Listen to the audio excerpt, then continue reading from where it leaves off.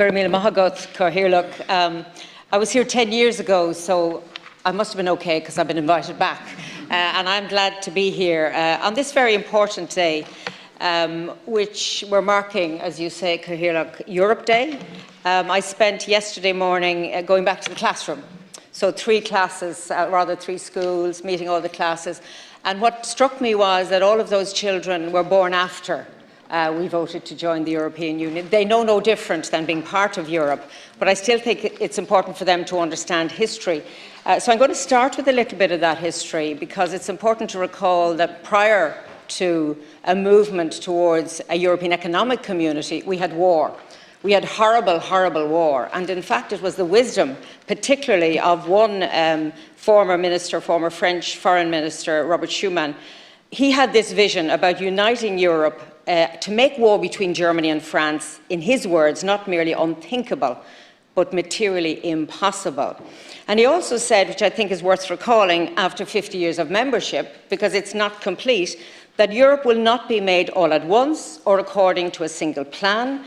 It will be built through concrete achievements which first create a de facto solidarity. So this morning I want to reflect briefly on the achievements and also the setbacks, where we stand today, and I think more importantly in this more fragmented world where we're actually heading towards. So yes, a resounding 83% of voters did say yes in the referendum to join the EC, and as you mentioned, that vote will be marked its 51st anniversary tomorrow. Europe has developed over time, step by step, but really those steps were not always in a forward direction, but we have made huge progress. I think what has moved for Ireland is our place in Europe. We were on the periphery, we were a relatively poor country economically, on the edge of Europe, and now we are a much more prosperous country at the very heart of the EU. We're one of the older member states. We probably think we're still young and whatever, but we're old in terms of membership. We were part of the EEC's very first expansion beyond the original 6 members. And we were a net beneficiary for many, many years. Today, Ireland, because of how we've grown and prospered, is a net contributor to the European Union's budget. In the early 70s, our economy was relatively underdeveloped, very strong and solid agriculture and agri-food sector, but a small number of other industries, and we were very dependent for trade on the UK, our closest neighbour.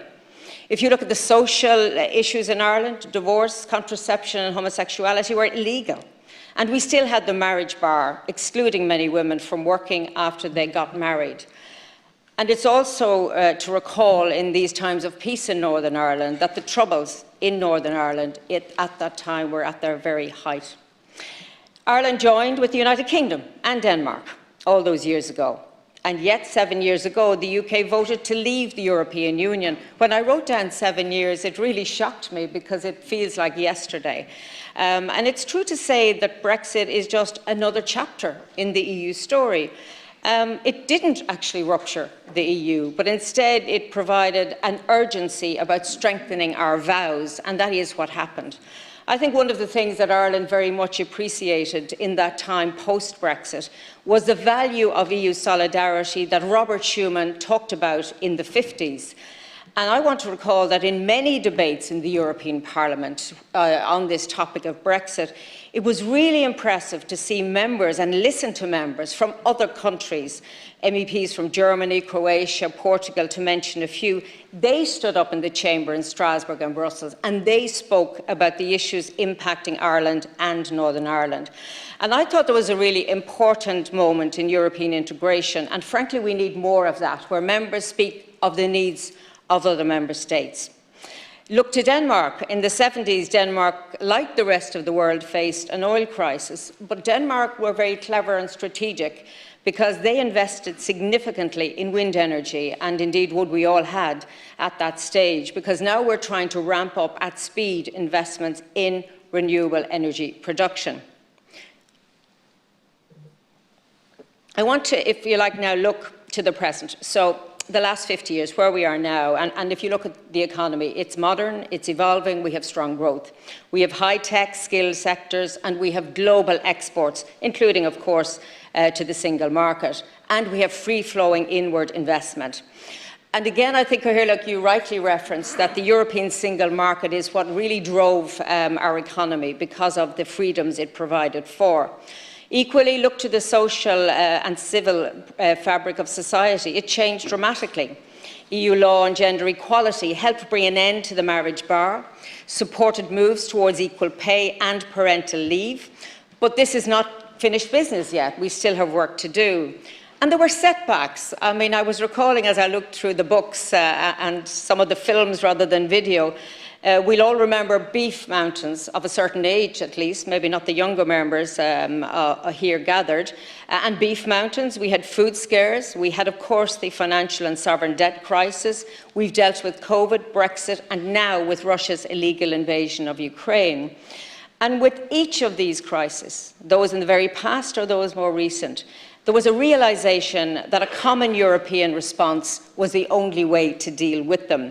So in food, for example, we have the European Food Safety Authority, and that emerged after a series of quite problematic food scares. And today Europe is leading in terms of rapid alert systems to detect and stop problems in the food chain with speed. Again, on Brexit, this was an existential crisis for Europe. It did pose that question about the fact that a big member state would actually leave. And again, the EU27 pulled together. We're very united in finding a way forward. We reached the withdrawal agreement and then the trade and cooperation agreement with the United Kingdom. And then more recently, after many difficult setbacks, we have the Windsor Framework.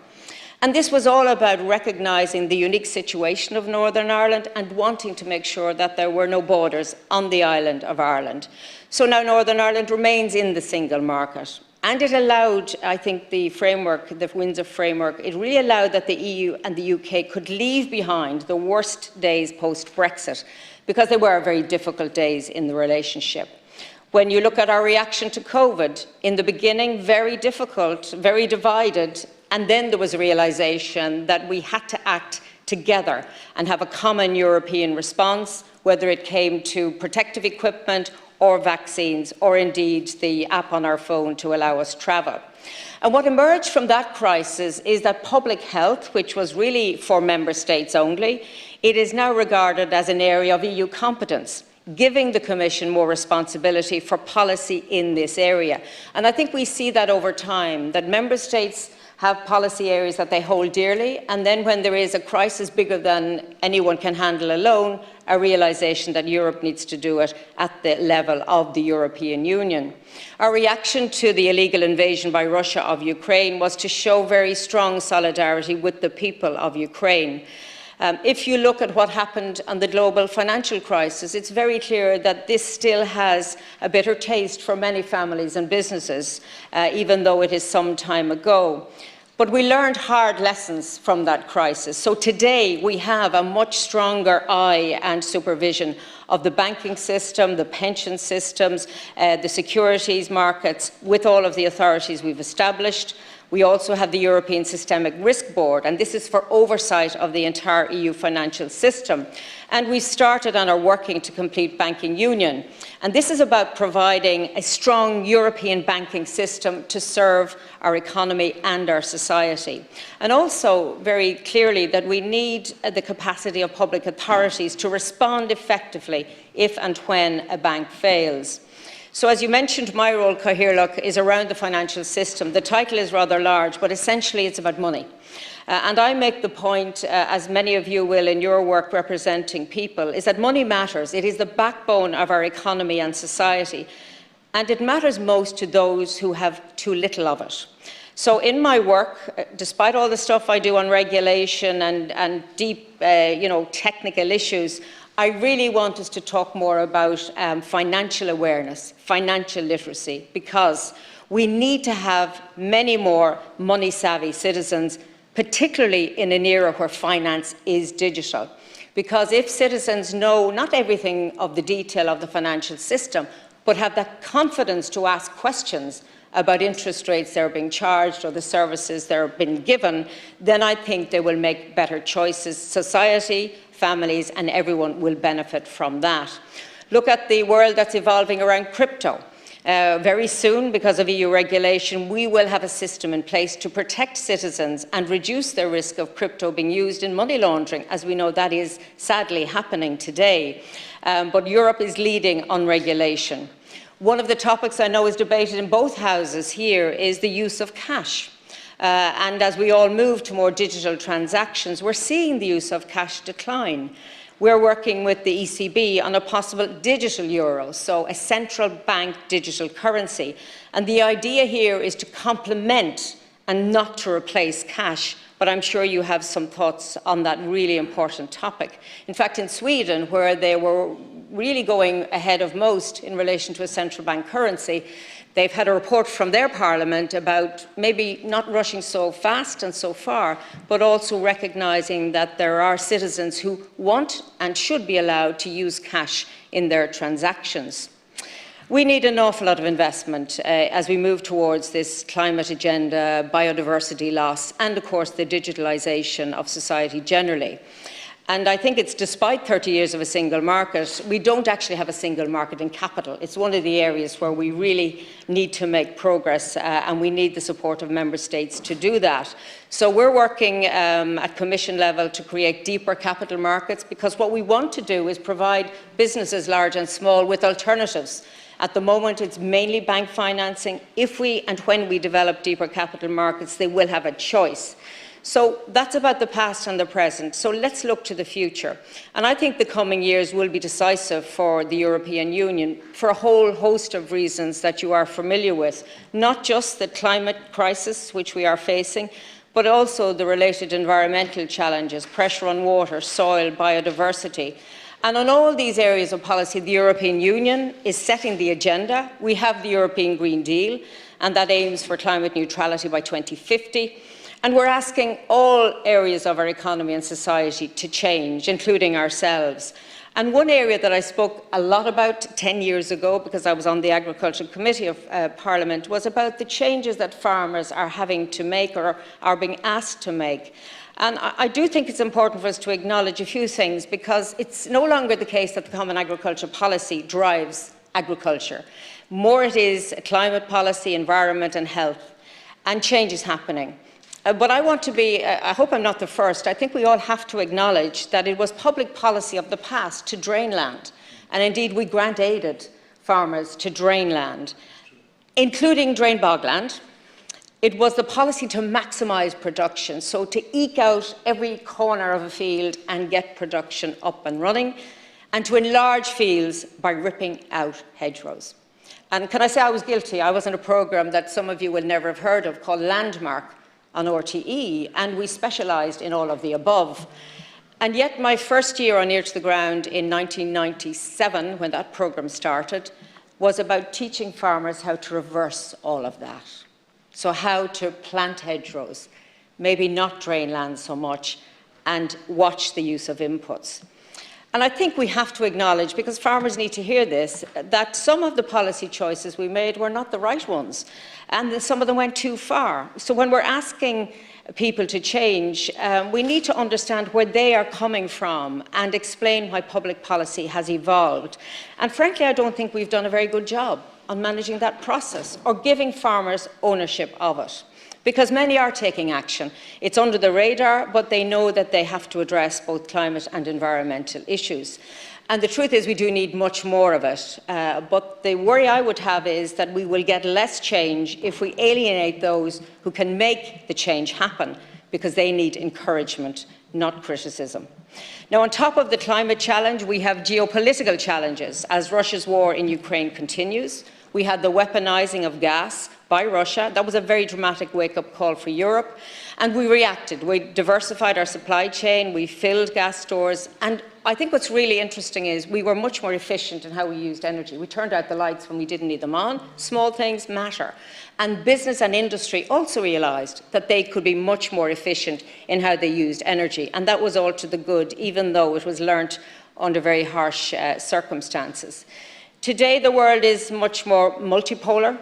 If you look to our relationships with China, it is very much defined by Commission President Ursula von der Leyen as involving a process of de-risking and not decoupling. We don't want to cut ties, but we have to look at where we might be over-reliant on China and indeed other partners for vital components of the renewable energy sector. And then we need to address that by strengthening our own capacity where that's strategically necessary. And this comes under the policy of open strategic autonomy, which is very much to the fore as we face all of these challenges. And we're also strengthening our relationships with other partners like the United States and G7, where we have taken really the same steps on sanctions against Russia in response to its illegal invasion of Ukraine.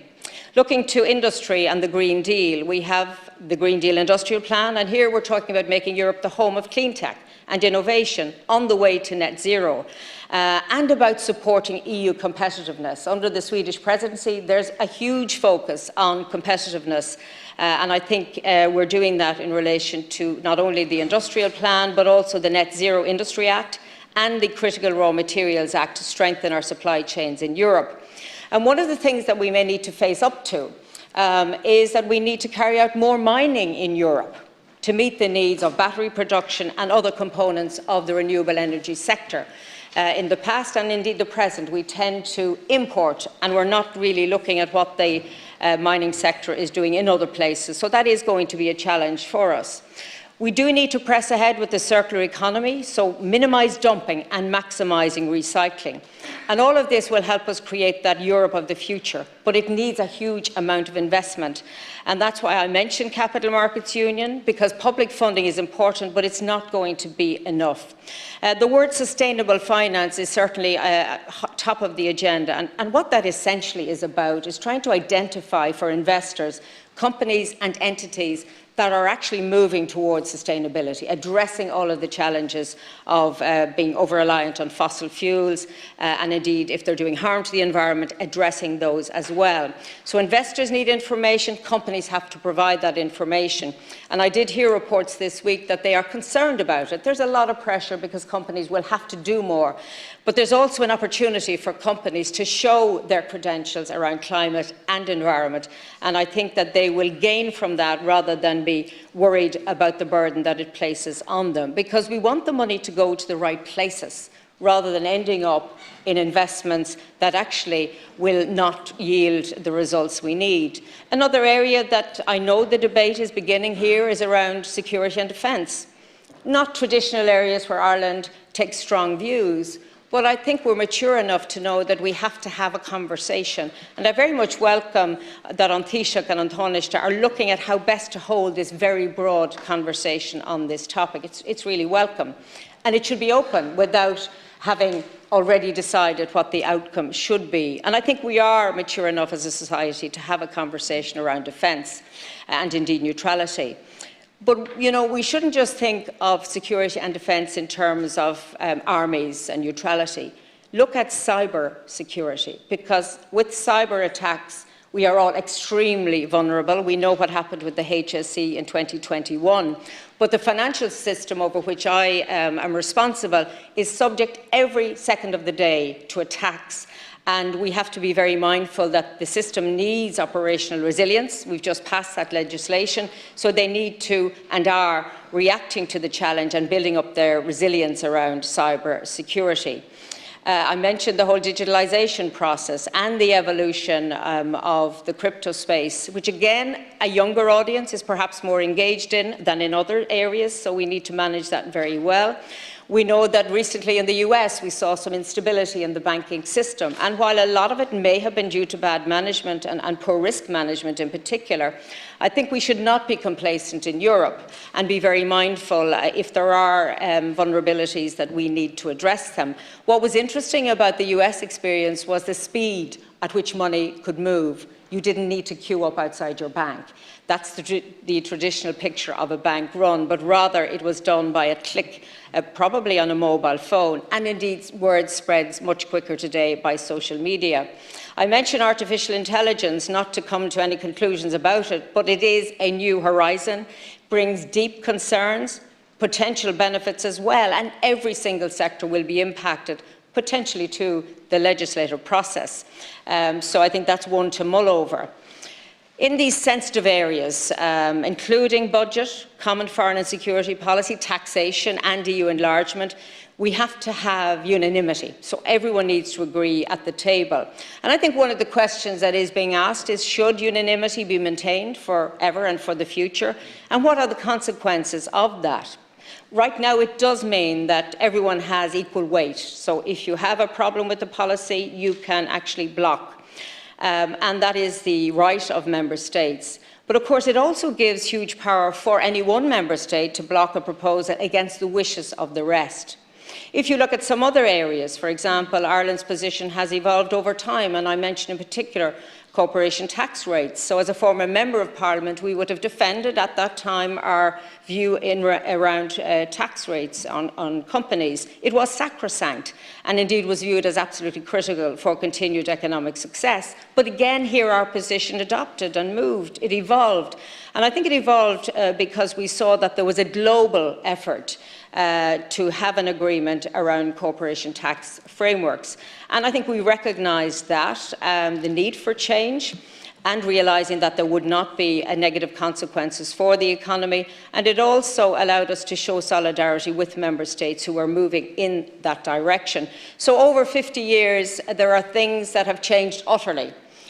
Things that we never even discussed previously, and now we realise that in these area of policies there was a need to move forward. The area we do need to talk about as well is the EU budget. It's the most frequently asked question, if you're a member of the European Parliament, is there a budget for various community activities or for wherever? As Europe gets bigger in terms of policy responsibilities, the budget does need to increase, but we know that many member states are reluctant to pay more into the budget. A significant development happened around the Next Generation EU, which was joint borrowing by Europe for the very first time, and it was necessary because we needed to fund the recovery and to build resilience after COVID. So with all of those changes, it's really important, in my view, to continue to build this strong connection between citizens and decision-making. And I think here you have a responsibility, and you take that to ensure that what happens in Brussels doesn't just stay there.